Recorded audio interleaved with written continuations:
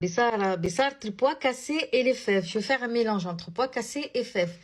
Je les ai bien rincés. Je mets... Ça a collé.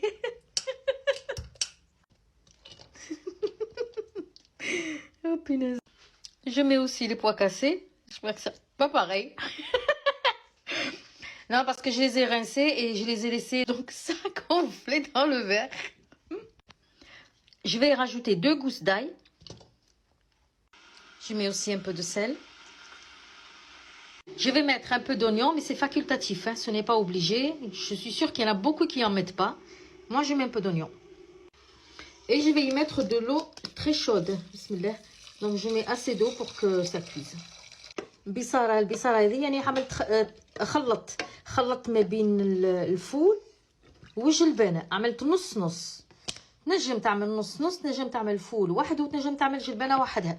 حطيت عليهم شوية ملح وحطيت عليهم الثوم والبصل. بصل سي با اوبليجي، ماشي بالسيف عليك تحط، انا حبيت نحط شوية بصل وحطيت الماء سخون وتو نحطهم نهز نطيبهم. Et maintenant, on va les mettre à cuire. Et quand elle arrive là à ébullition, on écume là la mousse, on l'enlève. Et on vient couvrir, mais pas complètement. On laisse un petit peu comme ça. Et on laisse cuire à feu doux. Une fois qu'elle est cuite, ma bissara, moi je la passe au mixeur plongeur. Je mixe tout. Et restez avec moi, après je vais vous montrer ce que je vais en faire. Voilà où j'ai mis ma bissara. Je l'ai mis dans mon tagine. J'ai assaisonné ma bissara. Donc ici j'ai mis du cumin, du curcuma, du gingembre, du poivre et du piment fort. Alors je vais les diluer dans un peu d'eau. Je ne mets pas directement dans la bissara, je fais comme ça pour pas que ça fasse des grumeaux. Et je mets sur ma bissara. Et je rajoute de l'huile d'olive. À la fin de la cuisson, je mettrai aussi un peu d'huile d'olive. Et je vais mettre ça à cuire sur ma gazinière à tout petit feu.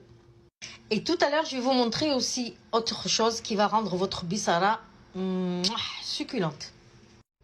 Alors là, je prends une poêle, j'y mets un peu d'huile d'olive. Ici, j'ai râpé 3 gousses d'ail. Et je vais faire frire l'ail dans l'huile d'olive. Et ça va donner un goût magnifique. Vraiment, la bissara va être superbe. Voilà l'ail. Dès qu'il frit, je laisse frire juste un tout petit peu dans l'huile.